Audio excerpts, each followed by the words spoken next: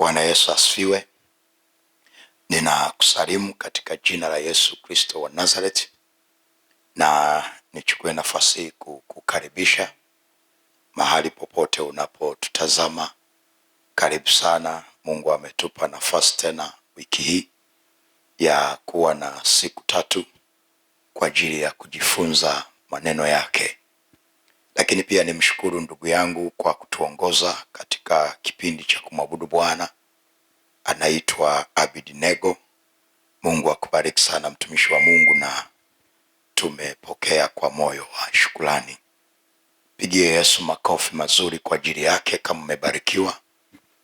Piga tena makofi mazuri kama mmebarikiwa na mtumishi wa Bwana Abednego. Tumpigie Yesu makofi kwa ajili yake. Nikukaribishe siku ya leo, na nikuombe mkaribishe na mtu mwingine.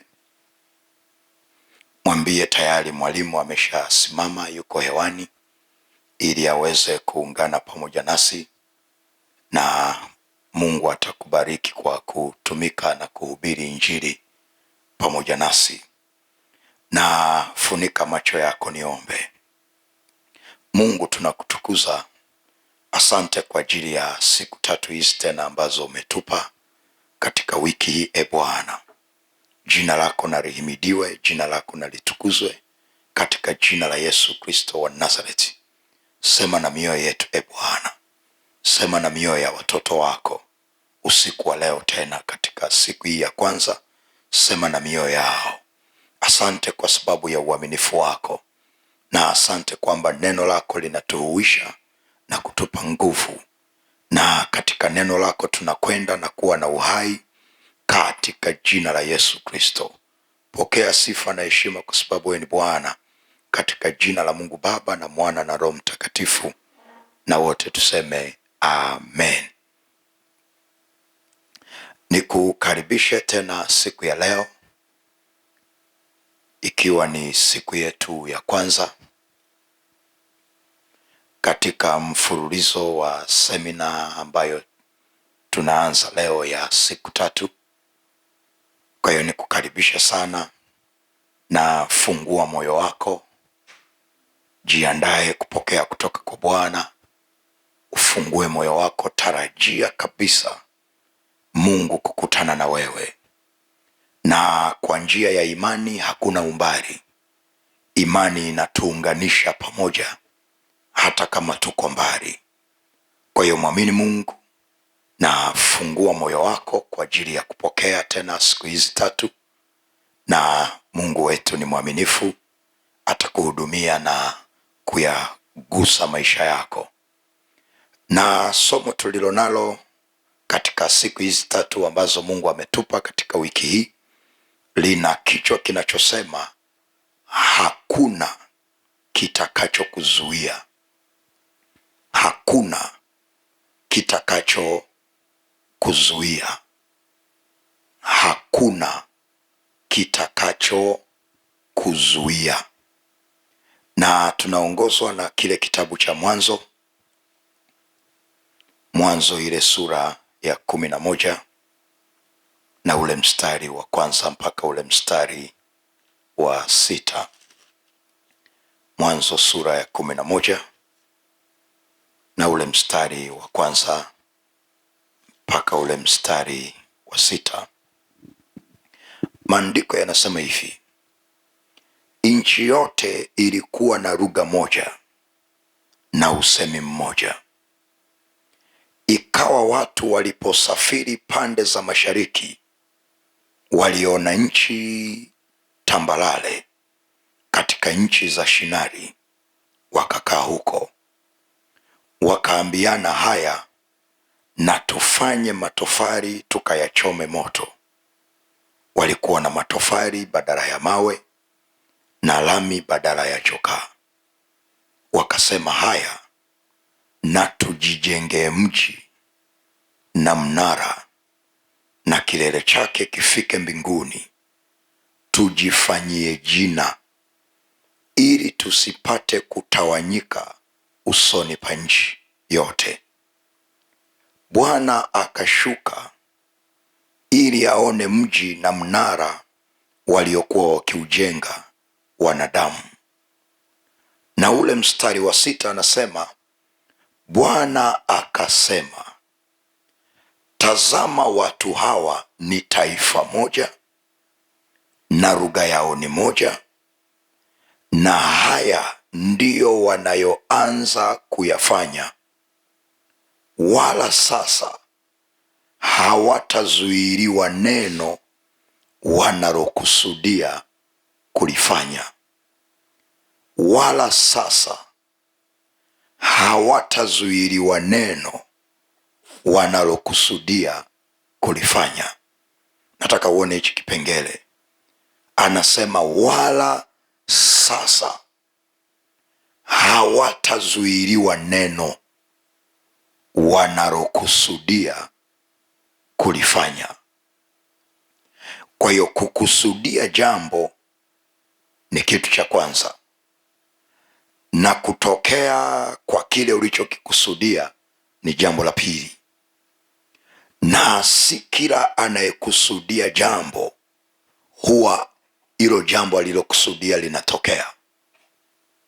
Unaweza ukakusudia jambo na katika ulimwengu wa roho au kwa jinsi ya kiroho ukazuiliwa. Na kuna namna nyingi ambazo unaweza ukazuiliwa, na nitakueleza hatua kwa hatua. Lakini kuna watu wengi ambao kwenye mioyo yao walikusudia vitu vingi sana. Pengine mwaka ulipokuwa unaanza, kuna vitu vingi ulivyovikusudia moyoni mwako na ulitamani viweze kutokea, na tayari tumeshamaliza nusu ya kwanza ya mwaka huu. Inawezekana yale uliyoyakusudia hakuna hata kimoja ambacho kimetokea. Kwa hiyo anaposema wala sasa hawatazuiliwa neno wanalokusudia kulifanya, maana yake unaweza ukakusudia kufanya jambo. Unaweza ukakusudia kujenga, unaweza ukakusudia kwamba mwaka huu natamani nioe au niolewe, mwaka huu natamani nisome masters au nimalize masters, mwaka huu natamani nianzishe biashara, mwaka huu natamani nifanye jambo hili.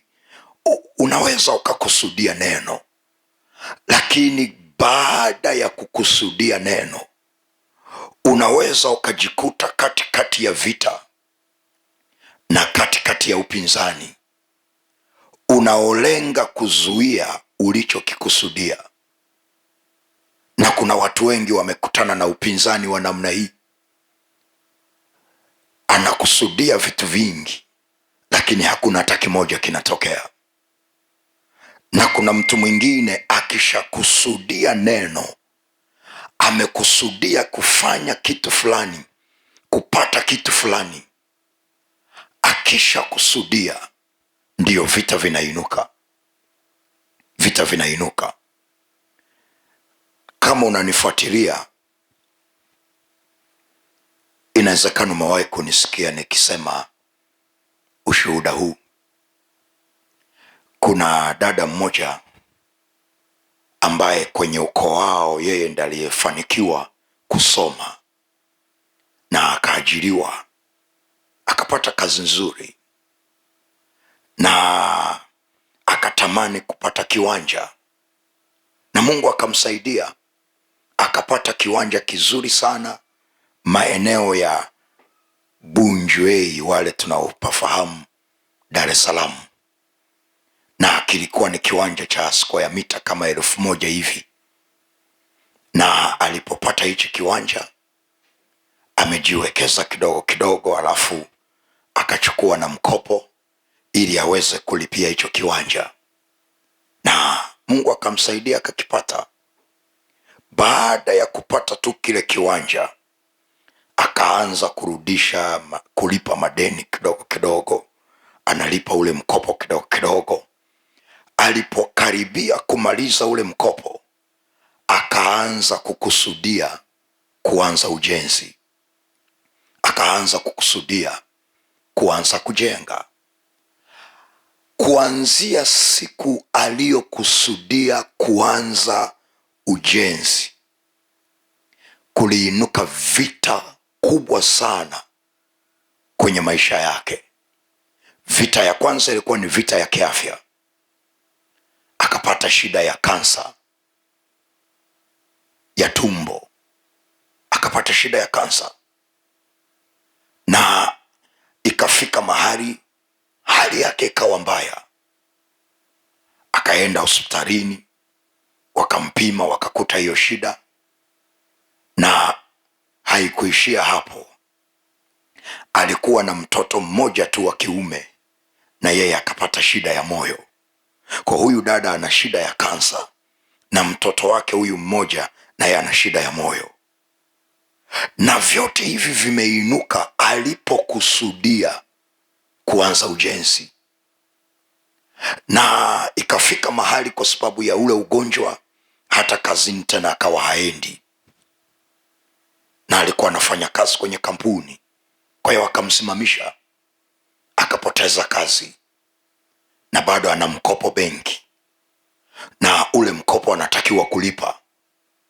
Kwa hiyo kile alichokuwa amekusudia kwa ajili ya kujenga kikaishia hapo hapo, na alihangaika kwenda hospitalini, akaenda mpaka India, na asante Yesu akaja mahali tulipokuwa tunafanya semina. Tulipokuwa tunafanya semina pale, yule dada aliletwa, na alipoletwa tukaanza maombi. Wakati tunaomba, mizimu ya ukoo ikairipuka ndani yake, na ikaanza kusema kwenye hii familia hawaruhusiwagi kujenga, hawaruhusiwi kujenga. Kwa hiyo ni sisi tumeinuka kuhakikisha hajengi. Tukauliza vitu gani wanaruhusiwa kufanya? Asema wanaruhusiwa kuolewa, kuoa, kununua gari, kufanya biashara, lakini sio kujenga. Kwa tumeinuka kumzuia asije akajenga. Sasa kwenye ukoo wao hakuna aliyejenga, hakuna aliyejenga. Na tukapata nafasi ya kumwombea sana, na tunamshukuru Mungu. Baada ya kumwombea alifunguka, na alipofunguka akapona. Na si tu kwamba ni yeye peke yake alipona, na mtoto wake akapona. Ameenda kwenye vipimo, madaktari wanashangaa ile kansa imepotelea wapi, na mtoto anapelekwa kupima moyo, wanashangaa shida ya moyo haipo. Na baada ya maombi ndio Mungu akamfungulia tena milango mingine ya kiuchumi, ndio akaanza kufanya ile shughuli ya ujenzi aliyokuwa ameikusudia. Bwana Yesu asifiwe. Kwa hiyo Mungu anapotusemesha wiki hii somo hili, anataka kuzungumza na watu. Inawezekana sio somo la kila mtu, inawezekana sio somo la kila mtu, lakini ni somo ambalo linakuja kwa ajili ya mtu ambaye ametamani kufika kwenye level fulani, ametamani kufanya jambo fulani, na anakusudia moyoni, lakini akisha kusudia vita inainuka, na hiyo vita inamzuia. Kuna mtu unanisikiliza, ni kama vile kwenye kila unachokikusudia ni kama vile umezuiliwa, ni kama vile kuna zuio katika ulimwengu wa roho. Nilikutana na mama mwingine akanieleza kitu kigumu sana. Akaniambia, mwalimu, mimi sielewi na roho gani. Nikamuuliza kwa nini? Akaniambia hivi, nikienda kusimamia biashara ya mtu itafanikiwa na kuchanua na kuleta faida. Huyu mama anasema inapofika mahali nikakusudia moyoni kwamba ngoja nianze biashara yangu, anasema vita vitakapotokea, vurugu za kila aina kwenye maisha yake, anasema vinainuka vitu ambavyo sivielewi. Kwa hiyo usalama wangu niendelee kuuza kwenye maduka ya watu, niendelee kuuza kwenye maduka ya watu. Na anasema kuna wakati naweza nikapata mtaji kabisa na nikapata na frame, lakini anasema nikishakusudia tu kwamba nataka kuanza biashara, kuna vitu vitainuka, najikuta nimezuiliwa. Kwa unaweza ukaelewa Mungu anaposema ya kwamba sasa wala sasa hawatazuiliwa neno wanalokusudia kulifanya, wala sasa hawatazuiliwa neno wanalokusudia kulifanya. Na ndio maana ninatamani sana usiku wa leo nione watu wanaoweza kusema kwa imani ya kwamba hakuna kitakachonizuia, hakuna kitakachonizuia, hakuna kitakachokuzuia kujenga, hakuna kitakachokuzuia kuolewa, hakuna kitakachokuzuia kuzaa, hakuna kitakachokuzuia kumaliza project yako ya ujenzi, hakuna kitakachokuzuia. Iwe ni mizimu ya kwenu itawazuia wengine, lakini sio wewe. Iwe ni mapepo na maroho ya familia yatawazuia wengine, lakini sio wewe. Na ndio maana ninatamani useme pamoja nami usiku wa leo, andika tu hapo kwa imani ya kwamba hakuna kitakachonizuia katika yale niliyokusudia kuyafanya. Hakuna kitakachonizuia. Na mimi natamani imani hii ijengeke ndani yako ya kwamba hakuna kitakachoweza kunizuia. Kikitaka kukuzuia wewe, kianze kumzuia Mungu uliyembeba. Kama hakiwezi kumzuia Mungu uliye naye, uwe na uhakika hakuna kinachoweza kukuzuia wewe. Kwa sababu wakitaka kukuzuia, iwe ni mizimu ya kwenu ikitaka kukuzuia katika yale uliyokusudia kuyafanya, ianze kumzuia Mungu uliye naye. Na kama haiwezi kumzuia Mungu uliye naye, uwe na uhakika haiwezi kukuzuia na wewe.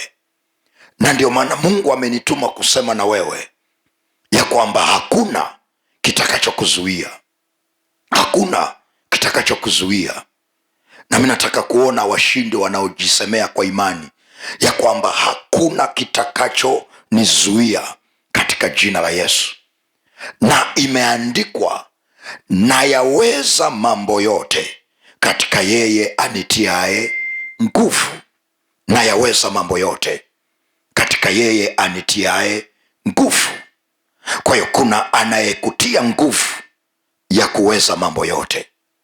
Kuna anayekutia nguvu, kuna anayekutia nguvu ya kuweza mambo yote. Na ndio maana natamani kuona ukisema kwa imani, hakuna kitakachonizuia, hakuna kitakachonizuia. Na wakati Mungu alipokuwa ananipa neno hili kwa ajili ya wiki hii, aliniambia nenda kawaambie watoto wangu ya kwamba hakuna kitakachowazuia, hakuna kitakachowazuia, hakuna kitakachokuzuia. Na mimi ningetamani kuona washindi hapa wanaoamini ya kwamba wanayaweza mambo yote katika yeye awatiaye nguvu. Na kwa sababu hiyo hakuna kitakachokuzuia. Hakipo kitakachokuzuia, hakipo. Kama ni roho za mipaka ya kifamilia zitawazuia wengine, lakini sio wewe. Kama ni historia ya familia unayotoka itawazuia wengine, lakini sio wewe. Kama ni historia ya magonjwa ya kifamilia yatawazuia wengine, lakini sio wewe. Wewe hakuna kitakachokuzuia. Wewe na uzao wako hakuna kitakachokuzuia katika jina la Yesu. Na stori ambayo tumesoma ni stori au ni habari ambayo inatupa picha ya hawa watu ambao maandiko yanasema walikuwa ni taifa moja na walikuwa na lugha moja na walikuwa na usemi mmoja.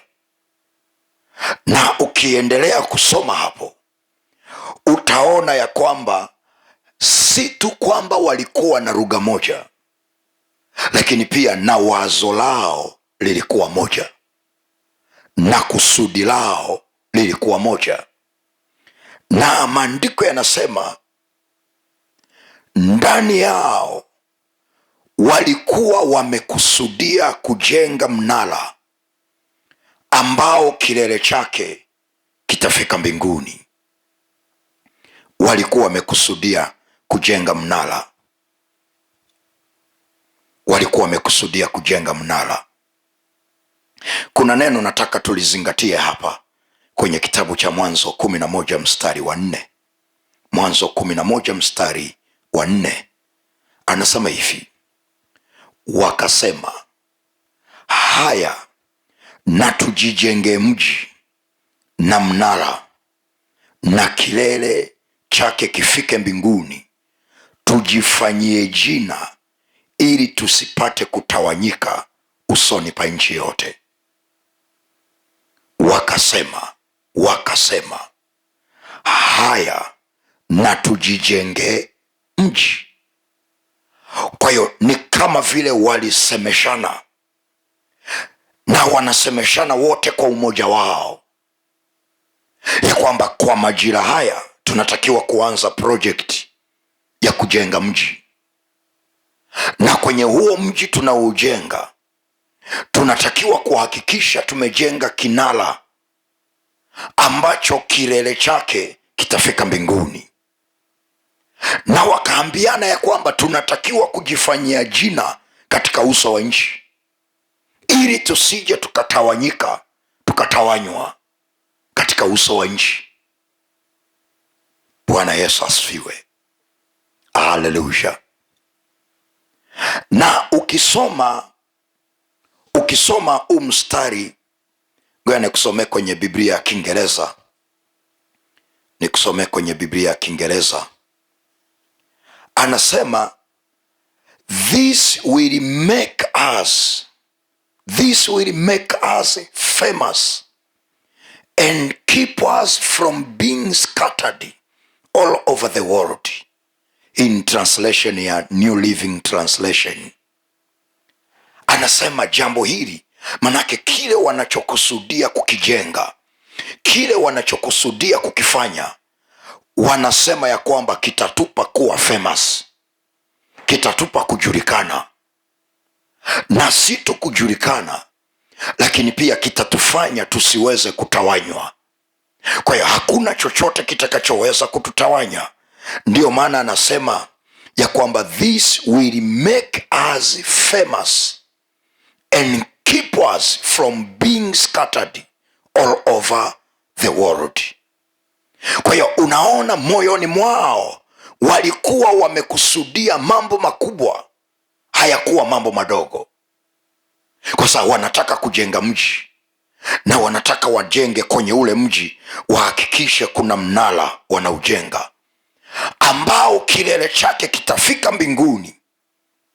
Na wanasema tujifanyie jina, manake hiki tunachokusudia kukijenga kitatupa jina mjini. Kwa hiyo kinachokupa jina mjini ni unachofanya. Kwa hiyo wanasema na tujifanyie mji. Kwa hiyo ni kama vile wanataka kutengeneza mji wao, wanataka kutengeneza mji wao, na si tu kutengeneza mji, wanataka wajenge na mnara ambao kilele chake kitafika mbinguni. Na wanasema kisha tujifanyie jina. Mungu alimwambiaje Ibrahimu? Ya kwamba nitakubariki na kulikuza jina lako, manake nitakupa jina. Kwa na hawa kile wanachotaka kujenga, wanajisemea kabisa kwamba hiki tunachotaka kukijenga si tu kwamba kitatusaidia tufanikiwe kimaisha, lakini pia kitatupa jina.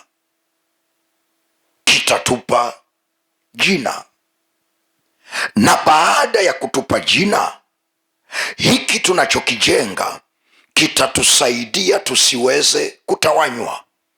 Kwa hiyo hakuna chochote kitakachoweza kututawanya, hakipo. Kwa hiyo ukisoma kwa picha ya namna hii, utagundua kabisa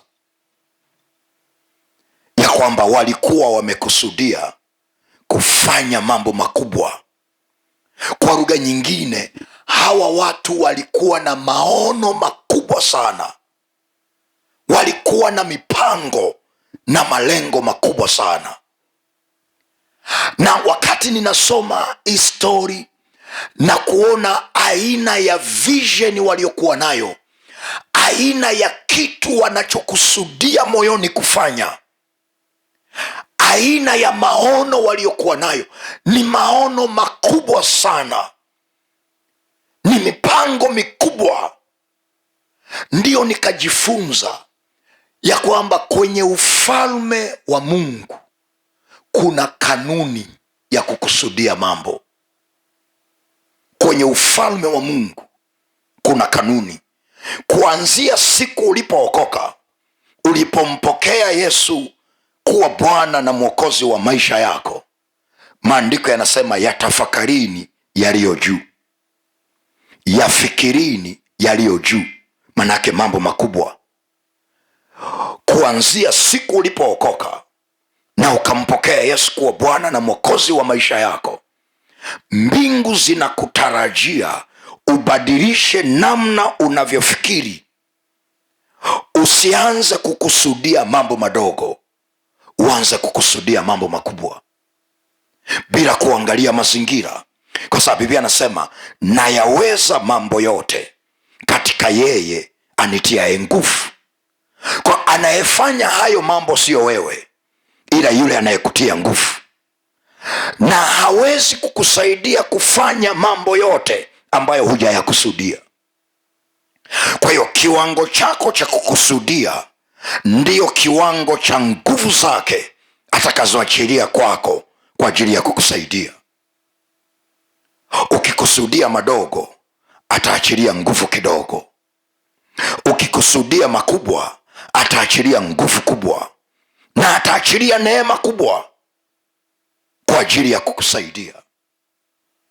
Bwana Yesu asifiwe. Haleluya.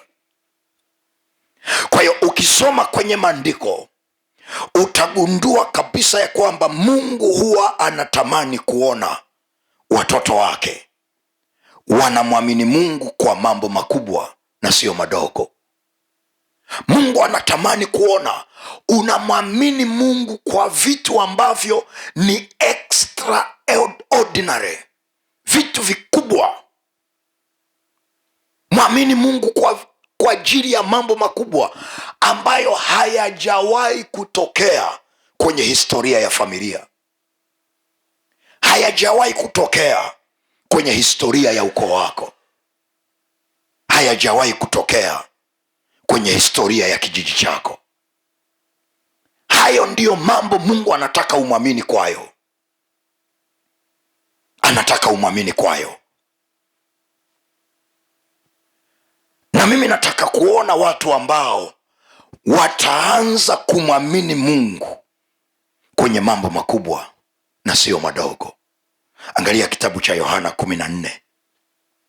Yohana 14 na ule mstari wa 12.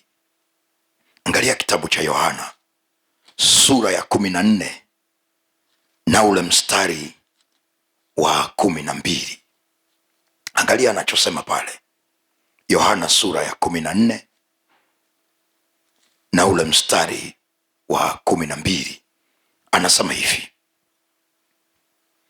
Anasema, amin amin nawaambieni, yeye aniaminie mimi, kazi nizifanyazo mimi yeye naye atazifanya, naam, na kubwa kuliko hizo atafanya, kwa kuwa mimi naenda kwa Baba. Anasema yeye aniaminie mimi, zile kazi nilizofanya na yeye atazifanya. Alafu kwa sababu ni kanuni ya ufalme, ya kwamba ufalme wa Mungu unataka kuona, unatamani sana kuwaona wana wa ufalme wakiwaza mambo yaliyo juu, mambo makubwa, wakikusudia mambo makubwa na sio madogo. Na ndio maana Yesu anasema, naam, hata mambo makubwa, hata kazi kubwa ambazo mimi sikuzifanya, wale wanaoniamini watazifanya. Wale wanaoniamini watazifanya. Biblia anasema naam, kubwa kuliko hizo, kubwa kuliko hizo.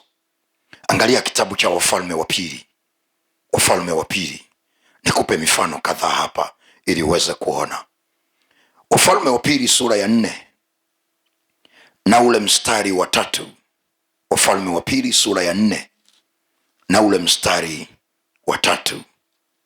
Anasema hivi, ule mstari wa 3, akasema, nenda ukatake vyombo huko nje kwa jirani zako wote, vyombo vitupu, wala usitake vichache. Nenda katake vyombo kwa jirani zako wote. Na anaelezwa vyombo vitupu, lakini anawekewa sharti ya kwamba visiwe vyombo vichache. Manake nenda kakusanye vyombo vingi, visio vichache. Na hii ni story ya yule mama, wale wasomaji wa Biblia wanaifahamu.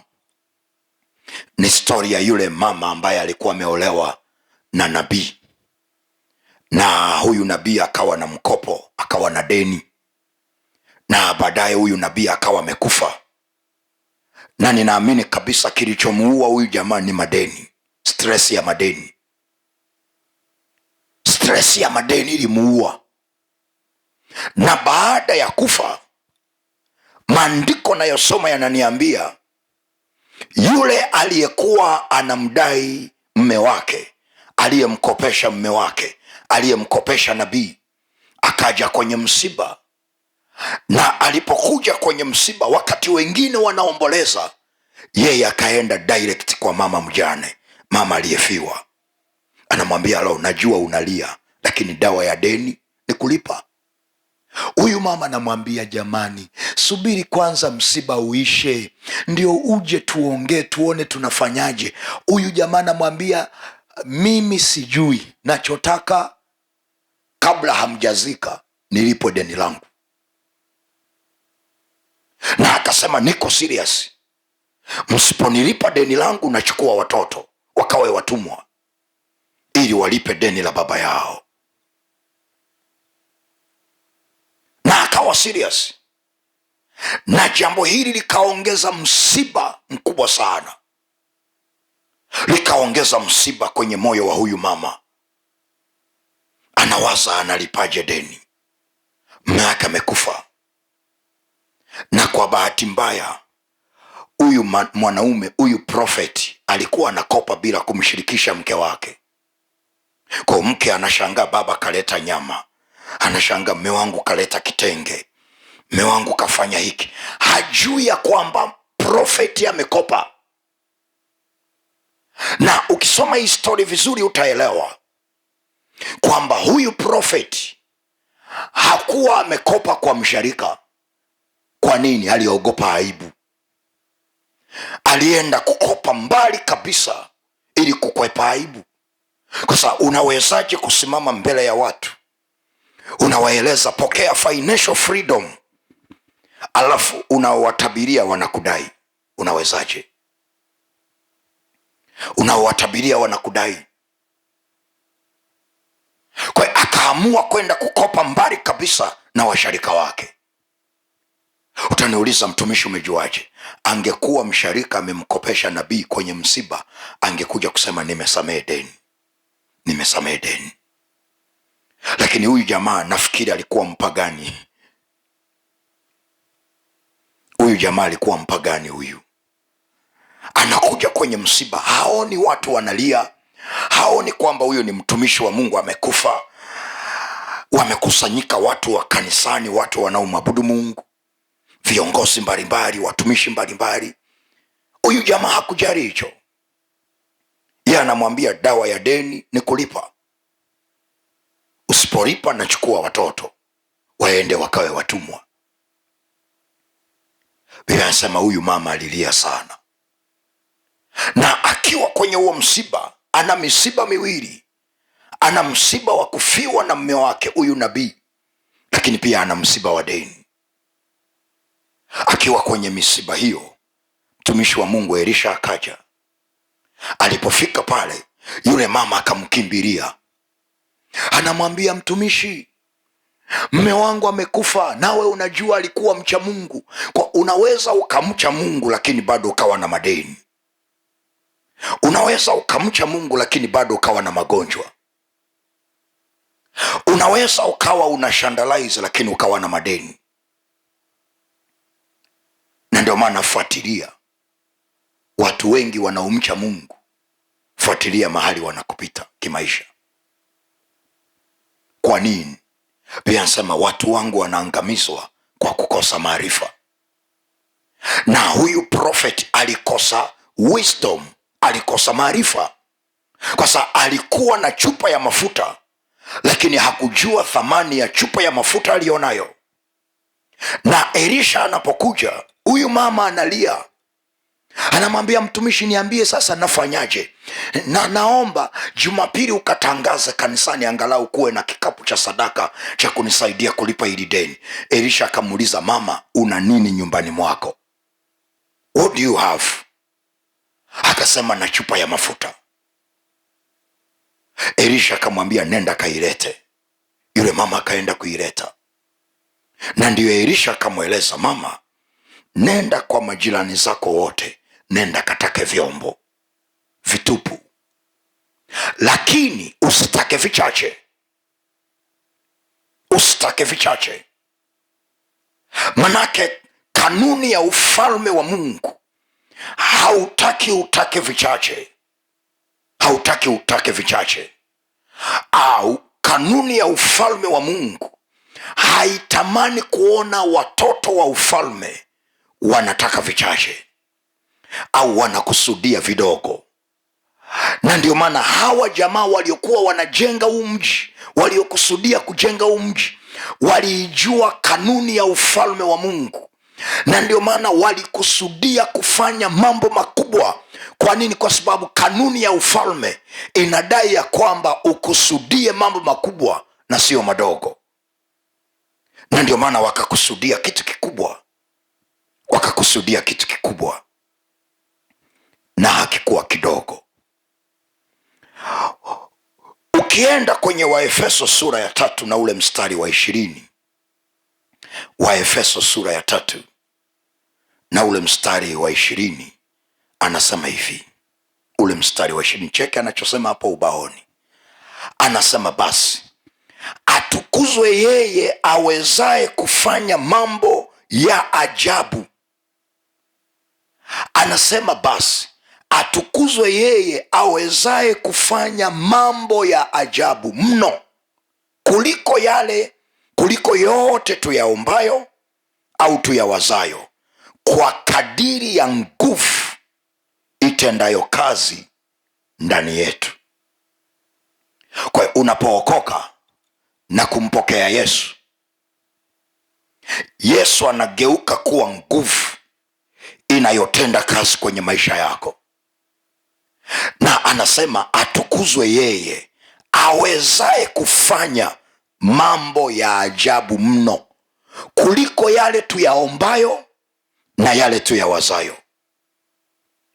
Kwa hiyo Mungu anaweza kufanya mambo ya ajabu mno, kuliko vile unavyowaza na kuliko hata vile ulivyoomba. Mungu ana uwezo. Unaweza kufanya, unaweza kutenda mambo makubwa zaidi ya niombavyo, zaidi ya tuwazavyo. zaidi ya tuombayo, unaweza kufanya, unaweza Yesu. Manake Mungu anaweza kufanya zaidi ya unavyowaza na zaidi ya unavyoomba. Anaweza kufanya mambo makubwa mno na ya ajabu kuliko yale unayoyawaza wewe. Wakati wewe unawaza kwamba Mungu akupe visa, Mungu anawaza kukupa hiyo nchi unayotaka kuitembelea. Nilikufundisha, nasema uniombe, Zaburi sura ya 2 mstari wa 8, uniombe nami nitakupa mataifa. Kwa hiyo wakati wewe unawaza Mungu akupe kavisa ka China, kakwenda China au Uturuki au Dubai au Marekani, akili yako imeishia kwenye kuwaza visa. Lakini Mungu anawaza kukupa hiyo nchi iwe umiliki wako. Anasema uniombe nami nitakupa mataifa kuwa urithi wako. Kwa hiyo wewe unawaza Mungu angenipa ka 10,000, yeye anawaza kukupa milioni 100. Mungu angenipa kapaso Mungu anawaza kukupa V8. Kwa nini? Anasema zaidi ya muwazavyo na zaidi ya muombavyo. Zaidi ya muwazavyo na zaidi ya muombavyo. Bwana Yesu asifiwe.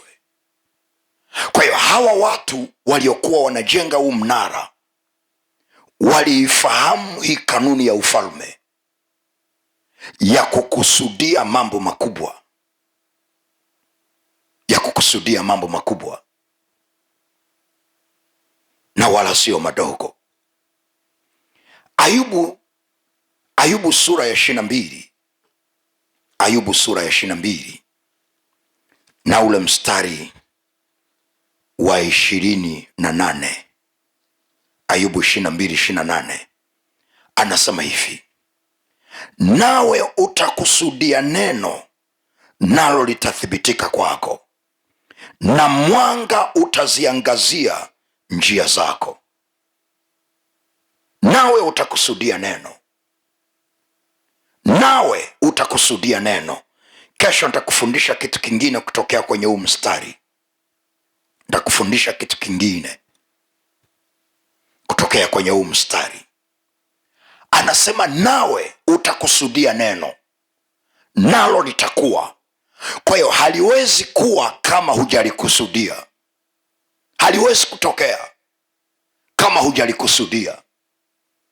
Na mara zote mambo yote unayoyaona yametokea yalianza kukusudiwa kwenye moyo wa mwanadamu. Utakusudia neno. Na anasema unapokusudia hilo neno, hakikisha haukusudii mambo madogo. Hakikisha unakusudia mambo makubwa, zaidi ya unavyowaza na zaidi ya unavyoomba.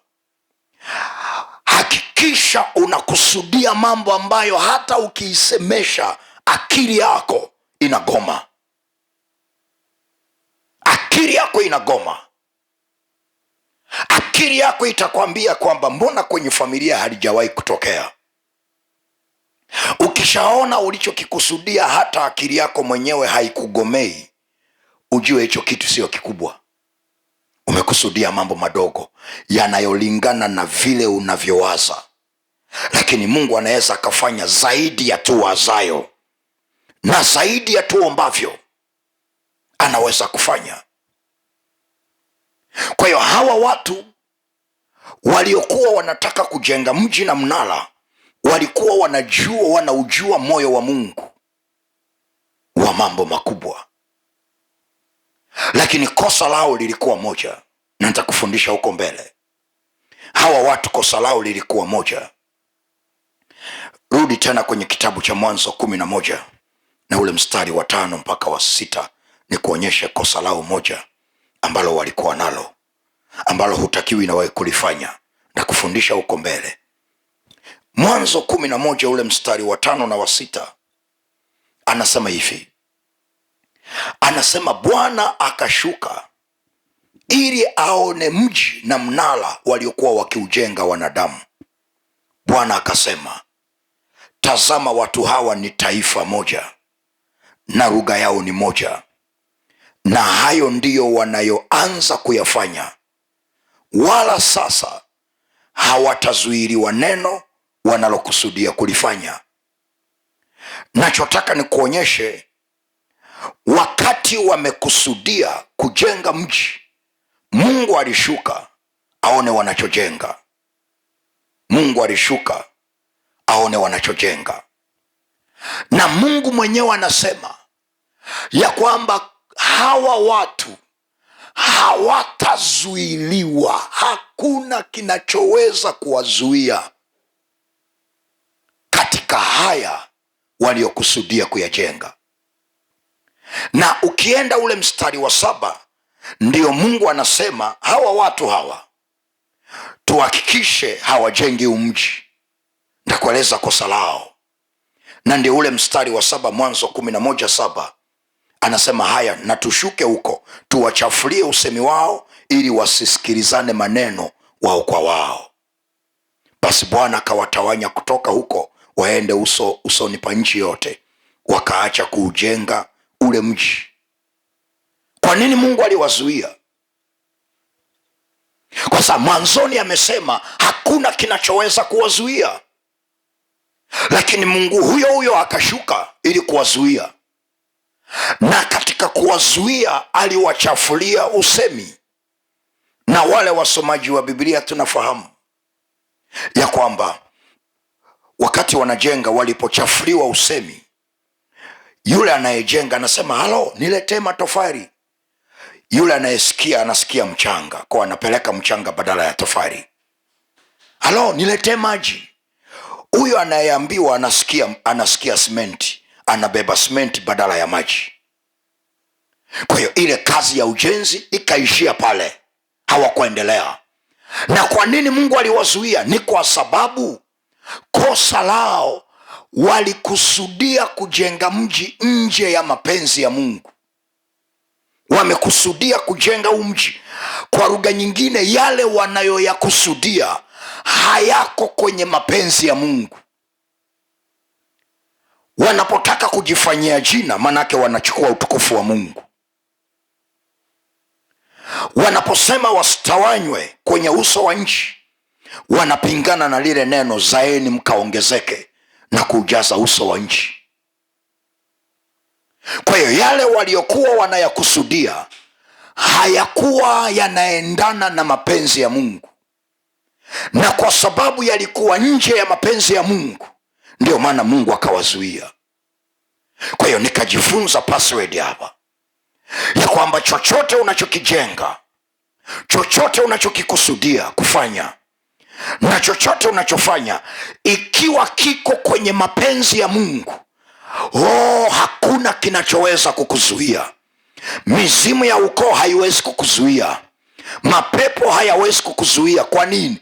Unajenga kwenye mapenzi ya Mungu.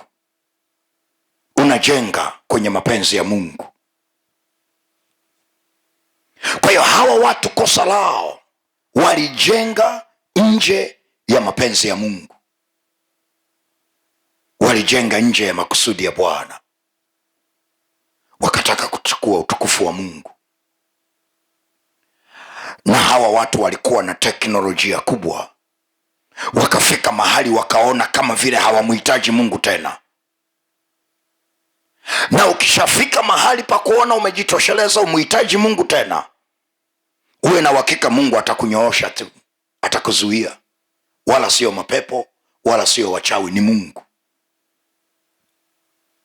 Na kwa mahali dunia inakoelekea, Biblia anasema na siku za mwisho maarifa yataongezeka. Na maarifa yakishaongezeka, watu watauacha ule upendo wa kwanza.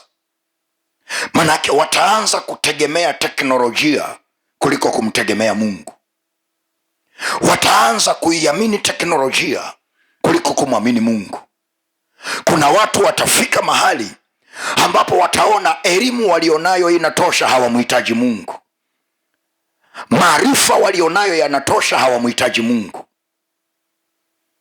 Na ukishafika mahali pa namna hiyo, maandiko yanasema Mungu anawapinga wale wenye kiburi. Mungu anawapinga. Na ndio maana kwa hawa watu, baada ya kuona kwamba wana uwezo, wana neema ya kujenga mji na kujenga mnara mpaka wafike mbinguni, Mungu aliona kiburi, hakuona unyenyekevu ndani yao. Manake wanataka kujenga mji nje ya makusudi ya Mungu, nje ya mapenzi ya Bwana, na ndiyo sababu ya Mungu kuwazuia. Manake kama unachokijenga kinaendana na makusudi ya Bwana na mapenzi ya Mungu, hakuna kinachoweza kukuzuia. Nasema tena, hakuna kinachoweza kukuzuia. Hakuna kinachoweza kukuzuia katika jina la Yesu Kristo wa Nazareti. Nataka niseme na wewe somo hili leo tunapoweka utangulizi kwa kuangalia mambo matatu. Tuangalie mambo matatu. Jambo la kwanza, andika. Jambo la kwanza, andika, kabla ya kujenga kitu kwa mikono yako, hakikisha umekijenga ndani ya moyo wako kwanza. Kabla hujajenga kitu kwa mikono yako, hakikisha unakijenga ndani ya moyo wako kwanza. Hakikisha unaiandika hii point vizuri. Na hakikisha pia kwenye ibada hizi tunazokuwa nazo usiku, mkaribishe na mtu mwingine. Hii ni Bible study. Unapata nafasi ya kujifunza maandiko na kuijua Biblia. Na uwe na uhakika kiroho chako hakiwezi kubaki vile vile. Manake kuna mahali Mungu atakuchukua. Kuna level Mungu atakupeleka. Kwa hiyo jambo la kwanza, kabla hujajenga kitu kwa mikono yako, hakikisha unakijenga kwanza ndani ya moyo wako. Kijenge kwanza ndani ya moyo wako. Okay, turudi kwa hawa jamaa. Nachotaka uone unaposoma hii story. Mwanzoni wakati nilipokuwa naisoma hii story, nilikuwa na wachukia hawa jamaa. Nilikuwa nawachukia hawa jamaa. Lakini Mungu akanionyesha vitu vikubwa sana vilivyo kwenye hii story. Na Mungu mwenyewe anasema hawa watu wana lugha moja, wana usemi mmoja, na ni taifa moja. Na haya ndiyo wanayokusudia kuyafanya. Na Mungu mwenyewe anasema wala hakuna kitakachowazuia katika yale waliokusudia kuyafanya. Kwa unaposoma story ya namna hii, usiisome kwa kuangalia upande mmoja. Jifunze kuangalia na nje ya box. Kwa hiyo ukitazama jambo hili utaliona kwa hawa jamaa kwamba kabla hawajaanza kujenga mji kwa mikono yao, walianza kuujenga kwenye mioyo yao. Kitabu cha Mwanzo sura ya 11 ule mstari wa 4, alafu tutasoma wa 6b. Pia anasema wakasema, haya na tujijengee mji na mnara, na kilele chake kifike mbinguni, tukajifanyie jina, ili tusipate kutawanyika usoni pa nchi yote. Ule mstari wa 6b, Biblia anasema, ule mstari wa 6b, maandiko yanasema hivi, na haya ndio wanayoanza kuyafanya, wala hawatazuiliwa neno wanalokusudia kulifanya. Walianza kukusudia wapi? Kwenye mioyo yao. Walianza kujenga mji kwenye mioyo yao. Kwa hiyo walianza kuona ule mji kwenye mioyo yao kabla hawajajenga kwa mikono. Kwa hiyo kabla watu hawajajenga mnara, kabla hawa watu hawajajenga mnara, walikuwa wameshajenga jambo hili ndani ya mawazo yao na ndani ya mioyo yao. Kwa hiyo kabla ule mji haujaonekana kwa macho ya damu na nyama, ndani ya mioyo yao walikuwa wanauona ule mji. Walianza kujenga kwenye mioyo yao kwanza. Na Mithali 23 mstari wa 7 anasemaje? Aonavyo mtu nafsini mwake ndivyo alivyo. Aonavyo mtu nafsini mwake ndivyo alivyo. Kwa hiyo levo ya maisha yako itaishia kwenye kiwango kile unachojiona ndani yako. Hata kama tutakuombea, tutakutabiria, kama huoni ushindi, uwe na uhakika utakwamia mahali uliko. Lazima ndani yako uanze kuona ushindi. Anza kuona ushindi. Anza kuyaona hayo maono kwenye moyo wako. Anza kuona ile picha ya nyumba kwenye moyo wako. Anza kuiendesha ile gari ya ndoto yako kwenye moyo wako. Anza kuona kwenye moyo wako. Aonavyo mtu nafsini mwake ndivyo alivyo. Aonavyo mtu nafsini mwake ndivyo alivyo. Kwa hiyo si kila wakati umelogwa, ila ni kile unachoona ndani yako. Kwa mfano, maandiko yanatupa mfano wa wale waliopewa talanta.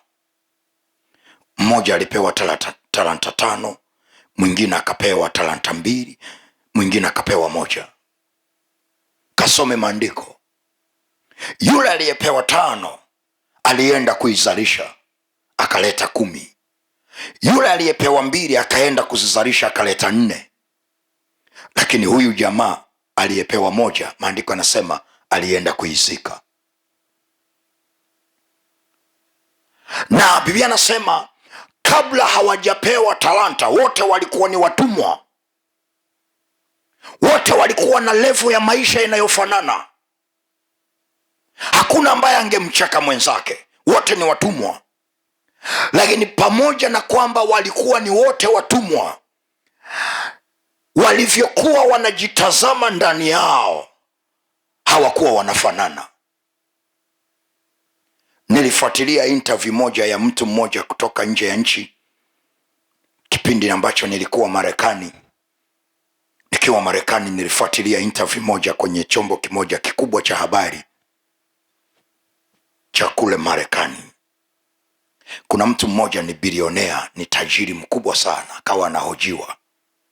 Na huyu tajiri aliwahi kufungwa gerezani miaka ya kutosha. Kwa hiyo akawa anaulizwa, uliwezaje kufanikiwa baada ya kutoka gerezani? Akawauliza kwa nini. Wakamweleza watu wote, asilimia kubwa akisha kutana na changamoto uliyokutana nayo wewe ya kupelekwa gerezani, huwa ndoto zao zinazimika. Wewe uliwezaje? Huyu jamaa aliongea kitu very very powerful. Anasema, nilipokuwa gerezani niliruhusu mwili wangu ndio uwe gerezani, lakini akili yangu iwe nje ya gereza. Anasema moyo wangu haukuwa gerezani. Kilichokuwa gerezani ni moyo, ni mwili, lakini akili na moyo havikuwa gerezani. Anasema nikiwa gerezani nilikuwa najiona nitakavyokuwa. Nilikuwa naona kesho yangu. Nilikuwa naona utajiri nikiwa gerezani. Na alipotoka gerezani ndio akafanikiwa. Na utaelewa sasa maandiko yanaposema aonavyo mtu nafsini mwake ndivyo alivyo. Ukiona kushindwa kwenye moyo wako, na kwa jinsi ya nje utashindwa tu. Hata kama tutakuombea, na kukupaka mafuta ya kitimoto, utashindwa tu. Sasa ndicho unachokiona. Kama moyoni unaamini ya kwamba kuendesha magari mazuri Mungu amewaandalia watu fulani fulani, usipoanza kuamini moyoni mwako, na Warumi 10 ule mstari wa 10 Biblia inasema kwa moyo mtu huamini. Kwa hiyo lazima uanze kwanza kuamini moyoni mwako, na baada ya kuamini Biblia inasema kwa kinywa hukiri hata kupata wokovu. Kwa hiyo lazima uanze kujenga moyoni mwako kwanza kabla hujajenga kwa mikono yako. Nakumbuka siku chache zilizopita nilienda showroom kwenda kuangalia V8, sina hata jelo na nikauliza na bei, wakaniambia milioni 100 plus. Hiyo gari ambayo ni ya ndoto yangu, haleluya. Lakini nimeanza kwanza kuiendesha moyoni, na hata unaponiona hapa naiendesha moyoni mwangu naiendesha. Utakusudia neno, na baada ya kukusudia lazima uchukue hatua. Hawa watu walipokusudia kujenga mji hawakuishia kukusudia, walichukua hatua ya kuanza kujenga. Kwa na mimi hicho ambacho nakisikia moyoni, nikachukua hatua ya imani kwenda kwenye showroom za magari. Kwa nikaenda pale, mtumishi karibu ase karibu nikaanza kuwasumbua pale, hii gari inauzwa shilingi ngapi? Mtumishi milioni 100 kaza, wewe unaiweza? Nikasema mngejua mfukoni sina hata 100, ila moyoni hii gari naiendesha. Nataka nikwambie, baada ya muda ninaamini Mungu atafanya. Kwa nini? Utakusudia neno, na maandiko yanasema na haya ndiyo wanayokusudia kuyajenga, kuyafanya, na hakuna kitakachowazuia. Kwa hiyo kabla hujajenga kitu kwa mikono yako, hakikisha unakijenga ndani ya moyo wako kwanza. Mwonyeshe Mungu kwamba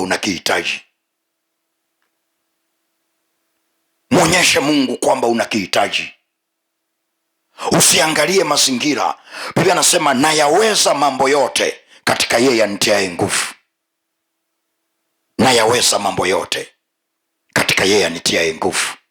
Andika jambo la pili. Mungu anaweza kuzuia ujenzi wako, si kwa sababu hataki ufanikiwe, bali kwa sababu anajua kwamba unajenga kitu ambacho mwisho wake hakitakuwa katika mapenzi yake.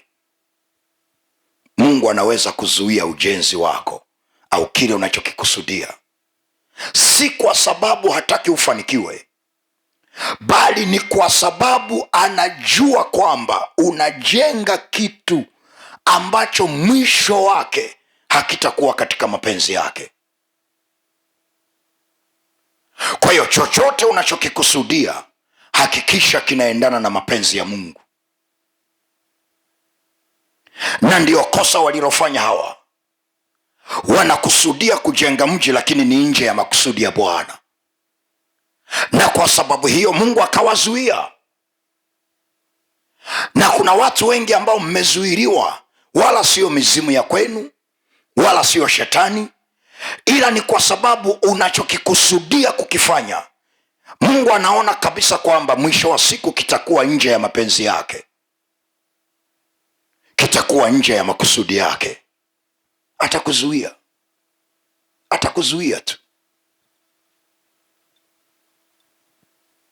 Nasema tena, atakuzuia tu. Ngoja nizungumze kwa kona hii. Kuna watu Mungu anaweza akatuinulia watusaidie, na hao watu Mungu amewabebesha. Mapenzi ya Mungu ni kwamba wakuvushe mpaka ufike labda miaka 2. Baada ya miaka 2 kusudi la Mungu limeisha. Sasa ile miaka 2 ambayo imebeba kusudi la Bwana inaisha, kwa sababu hao watu wamekusaidia, unataka kuwang'ang'ania. Uwe na uhakika mkono wa Mungu utakutenganisha na huyo mtu. Kwa nini? Tayari uko nje ya mapenzi yake, na chochote ambacho kiko nje ya mapenzi ya Mungu, Mungu atakizuia. Kwa hiyo kila wakati chochote unachokikusudia, hakikisha kinaendana na mapenzi ya Mungu. Hakikisha kinasimama, hakikisha kinalenga kumpa Mungu utukufu. Ngoja nikupe mfano mmoja, halafu tusogee mbele. Nikupe mfano mmoja. Kitabu kile cha Mwanzo sura ya 39 na ule mstari wa 7 mpaka wa 12. Mwanzo sura ya 39 ule mstari wa 7 mpaka wa 12. Biblia anasema hivi, Mwanzo 39 na ule mstari wa 7 mpaka wa 12. Anasema hivi: ikawa baada ya hayo, mke wa bwana wake akamtamani Yusufu, akamwambia, lala nami. Lakini akakataa. Akamwambia mke wa bwana wake, tazama, bwana wangu hajui kitu kilichowekwa kwangu nyumbani, na vyote alivyo navyo amevitia mkononi mwangu. Hakuna mkuu katika nyumba hii kuliko mimi, wala hakunizuilia kitu chochote ila wewe, kwa kuwa wewe umkewe. Nifanyeje ubaya huu mkubwa nimkose Mungu? Nifanyeje ubaya huu mkubwa nimkose Mungu? Hasemi nimkosee Farao, anasema nimkose Mungu. Na Yusufu anasema ni bora nimkose Farao, ni bora nimkose Potifa, lakini nisimkose Mungu. Ni bora nigombane na Potifa kuliko kugombana na Mungu. Ni bora nichukiwe na Potifa kuliko kuchukiwa na Mungu. Na mimi nasema hivi, ni bora uchukiwe na bosi wako, lakini usichukiwe na Mungu. Chochote anachokusemesha ambacho kiko nje ya mapenzi ya Bwana, ni mara 100 ukosane na bosi wako, lakini usikosane na Mungu. Na wakati nasoma kwa picha ya somo hili, niliposoma habari ya Yusufu, Mungu akanisemesha jambo hili, kwamba Yusufu alipokanyaga kwenye nchi ya Misri, uwe na uhakika moyoni mwake alikuwa anatamani kufanikiwa. Alikuwa anatamani kufanikiwa Misri. Ndugu zake wamemuuza na wakasema, tuone zitakuwaje ndoto zako. Amekanyaga Misri. Ninaamini kabisa moyoni mwake alikuwa anatamani kufanikiwa, lakini Yusufu alihakikisha ya kwamba hafanikiwi nje ya Mungu. Na hata alipokutana na chochote kile ambacho kinaweza kikampeleka kwenye mafanikio ya haraka, maadamu hakijabeba mapenzi ya Mungu, Yusufu alikikataa. Nikajaribu kuwaza kwa lugha ya leo, ni kama vile Yusufu alipata mshangazi wa kumlea. Na vijana wa leo wanapenda mishangazi kwa sababu inawalea. Lakini Yusufu alielewa kwamba naweza nikanunuliwa gari, naweza nikapewa nyumba, nikapelekwa vacation, lakini as long as kwamba vyote hivyo vinanitoa kwenye uwepo wa Bwana, haviko kwenye mapenzi ya Mungu, Yusufu akasema bora nivikose, lakini nibaki na Mungu. Ni watu wangapi ambao wanaweza kukubali kuacha ofa za namna hii kwa ajili ya Bwana? Ni watu wangapi? Hata wewe unanitazama huwezi. Na ndio maana kuna wasichana wengi leo wanaharibu kesho zao kwa sababu ya vacation, kwa sababu ya kununuliwa gari ambayo hata wewe mwenyewe unaweza kainunua, kwa sababu ya kununuliwa iPhone si hata wewe unaweza kainunua. Unayaweza mambo yote katika yeye akutiae nguvu. Na chochote kinachokuja kwenye maisha yako ambacho kinakuondoa kwenye mapenzi ya Mungu, haijalishi ni kizuri kiasi gani, kikimbie. Yusufu alikimbia, lakini ungekuwa wewe ungemshukuru Bwana, kwa sababu huyu mke wa Potifa alikuwa ni mkuu wa majeshi. Kwa uwe na uhakika, masuala ya mtonyo yalikuwa si shida. Kwa kama Yusufu angemkubalia huyu mke wa Potifa, uwe na uhakika, cha kwanza angetolewa kwenye utumwa. Ninaamini Yusufu angefunguliwa biashara. Ninaamini Yusufu angepewa nyumba nzuri. Ninaamini Yusufu angepigwa pamba kali. Ninaamini angefanyiwa kila aina ya kitu anachotamani. Lakini Yusufu akaona mafanikio ambayo yako nje ya makusudi ya Bwana hayatanifikisha popote. Yusufu akakataa. Yusufu akagoma. Andika pointi ya 3 na ya mwisho kwa leo. Jambo la 3 na la mwisho kwa leo ni hili: ikiwa umejenga unachojenga kwenye mapenzi ya Mungu, hakuna kinachoweza kukuzuia. Ikiwa umejenga unachojenga kwenye mapenzi ya Mungu, hakuna kitakachokuzuia. Ikiwa unajenga na kile unachokikusudia au unachokijenga kiko kwenye mapenzi ya Mungu, uwe na uhakika hakuna kinachoweza kukuzuia. Hakipo. Hakuna kinachoweza kukuzuia. Na ndio maana Mungu anasema, na haya ndio wanayokusudia kuyafanya, na wala hakuna kinachoweza kuwazuia.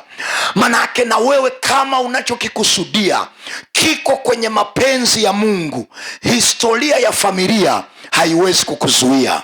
Historia ya ukoo haiwezi kukuzuia.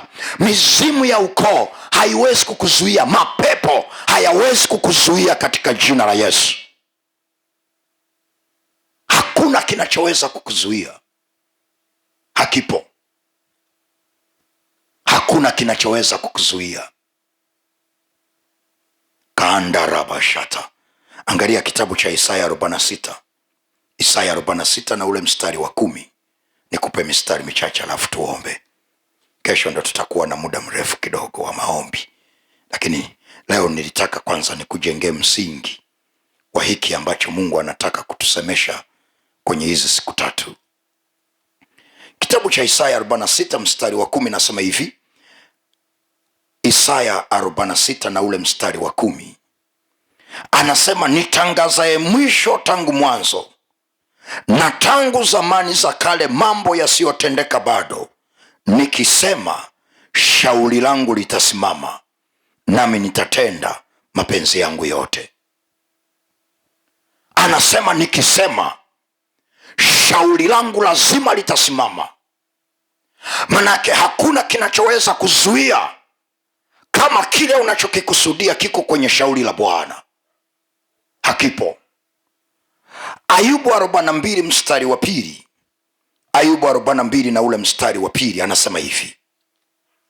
Ayubu 42 na ule mstari wa 2. Angalia anachosema pale. Anasema hivi: najua ya kuwa waweza kufanya mambo yote, na ya kuwa makusudi yako hayawezi kuzuilika. Makusudi yako, kama hicho unachokikusudia hakiendani na makusudi ya Bwana, uwe na uhakika kitazuiliwa. Lakini kama unachokikusudia kiko kwenye makusudi ya Mungu, Ayubu anasema najua ya kuwa waweza kufanya mambo yote, na ya kuwa makusudi yako, oh my God, riba saka, makusudi yako hayawezi kuzuiliwa. hayawezi kuzuiliwa. Manake hakuna kinachoweza kukuzuia. Kama ulichokikusudia kiko kwenye mapenzi ya Bwana, watainua vita juu yako, lakini hawataweza kukuzuia. Wataloga wanavyoweza, lakini hakuna kitakachokuzuia. Watakuinulia vita, watakusema mchana, watakusema usiku. Wanashangaa kesho ukiamka, maisha yako yanasonga mbele, biashara yako inasonga mbele, maono yako yanasonga mbele. Kwa nini? Kwa sababu maandiko yanasema, na haya ndiyo waliokusudia kuyafanya, na hakuna kinachoweza kuwazuia. Na mimi nimetumwa kukusemesha usiku wa leo ya kwamba hakuna kinachoweza kukuzuia kwa jina la Yesu. Nasema hakuna kinachoweza kukuzuia katika jina la Yesu Kristo wa Nazareti. Ikiwa kuna ambacho kimeinuka kupambana na kukuwekea mazuio na kukuzuia, acha Mungu apigane nacho usiku wa leo. Nasema acha Mungu apigane nacho usiku wa leo. Na Mungu anasema hakuna cha kukuzuia katika jina la Yesu. Na mimi natamka usiku wa leo, maono yako yatatimia kwa jina la Yesu. Ile project ulionayo itatimia kwa jina la Yesu. Rapa koria saka, yale maono ya kuanzisha biashara yatatimia kwa jina. Hakuna cha kukuzuia. Ningeona washindi wanaosema pamoja nami usiku wa leo, hakuna cha kunizuia, hakuna kitakachoweza kunizuia. Risataraba koria shata ropo koria ndaraba sira. Hakuna kinachoweza kukuzuia. Iwe ni mizimu ya kwenu haitakuzuia, iwe ni mapepo hayatakuzuia, iwe ni vita haitakuzuia. Katika jina la Yesu Kristo wa Nazareti, hakuna kinachoweza kukuzuia. Hakipo. Nyanyua mikono yako niombe. Na mimi nataka niombe na wale watu ambao wamekusudia kufanya vitu vikubwa kwenye maisha yao, lakini kuna vita imeinuka kwa ajili ya kuwazuia. Na kuna mtu unajisemea, kama nisingezuiliwa nisingekuwa hapa. Kama nisingezuiliwa maisha yangu isiyo haya yasingekuwa hapa. Ningekuwa mahali fulani, ningekuwa kwenye level fulani, ningekuwa kwenye viwango fulani vya kiuchumi, lakini umezuiliwa. Nataka niombe pamoja na wewe. Nyanyua mikono yako juu. Mungu uliye hai, katika jina la Yesu Kristo wa Nazareti, asante kwa ajili ya siku ya kwanza, na asante kwa ajili ya neno lako ambalo umetusemesha usiku wa leo. Nami Mungu ninakutukuza na kukuadhimisha. Asante kwa sababu neno lako huwa halirudi bure. Katika jina la Yesu Kristo wa Nazareti, Mungu turehemu. Tulipojenga ambavyo tumevijenga nje ya makusudi yako, tusamehe Bwana. Mahali ambapo tumekusudia mambo ambayo yako kinyume na makusudi yako, tunaomba toba katika jina la Yesu. Mungu tusamehe, turehemu Bwana. Tusamehe Bwana katika jina la Yesu. Turehemu Mungu katika damu ya Yesu Kristo wa Nazareti. Rapa korianda rabasata ramando rabakanda rabasira. Mungu sikia toba ya mtoto wako huyu Bwana. Rapa korianda rabasika. Inawezekana mtaji wa biashara alipoupata haikuwa kwenye makusudi yako. Namna alivyoupata Bwana hakuupata kwenye makusudi yako. Katika jina la Yesu Kristo wa Nazareti, inawezekana alivyopata hiyo kazi haikuwa sawa sawa na makusudi yako. Mungu tunaomba toba, tunaomba rehema katika jina la Yesu Kristo.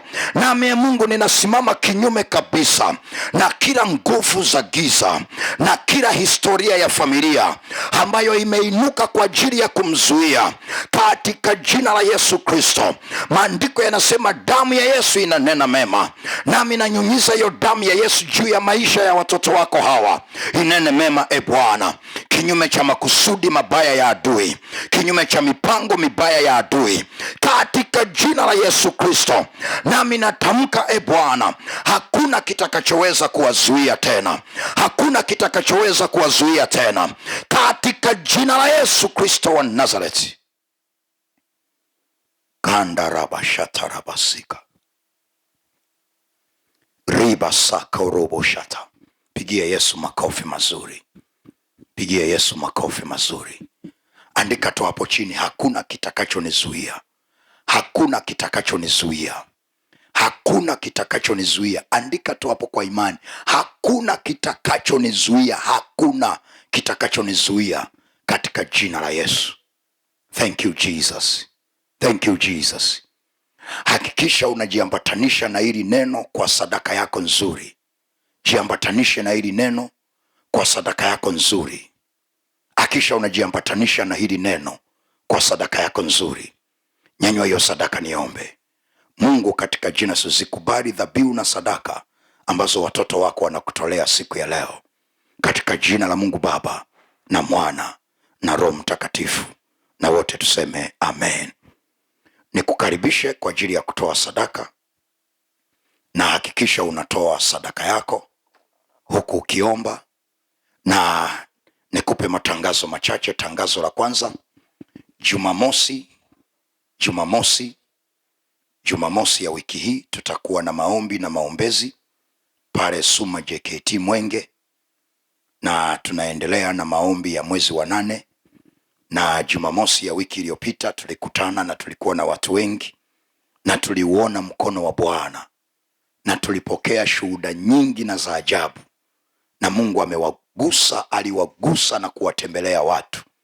Kwa nikuombe sana na wewe, Jumamosi ya wiki hii ya tarehe 22, hakikisha ukosi pale Suma JKT Mwenge, kwenye ukumbi ule wa Umoja. Kwa nyuma yake unazunguka ule ukumbi, kuna gorofa iko pale nyuma. Hakikisha unafika. Ni kuanzia saa 3 kamili asubuhi mpaka saa 7 kamili mchana. Kwa hakikisha unakuja na mjulishe na mtu mwingine, ili aweze kufika siku ya Jumamosi ya tarehe 22 kwenye maombi. Lakini jambo lingine ni kongamano ambalo tunalo tarehe 11 na 12 na 13 mwezi wa 9. Kwa hiyo ni kuombe sana mtu wa Mungu, hakikisha haukosi kwenye kongamano. Weka ratiba yako vizuri. Hakikisha tarehe 11 upo, tarehe 12 upo, na tarehe 13 upo. Na kongamano letu litafanyikia pale Suma JKT Mwenge, kwenye ukumbi wetu ule mkubwa, ukumbi ule wa Uhuru Hall. Na siku ya Ijumaa tutaanza saa 9 kamili jioni mpaka saa 2 kamili usiku.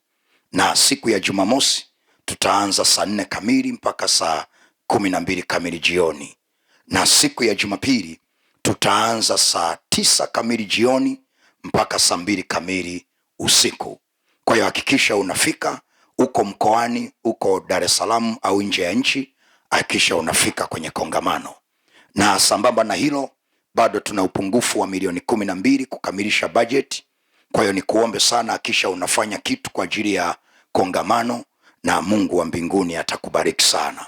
Basi nikutakie baraka za Bwana. Naomba ulike video hii, ili tuweze kuwafikia watu wengi.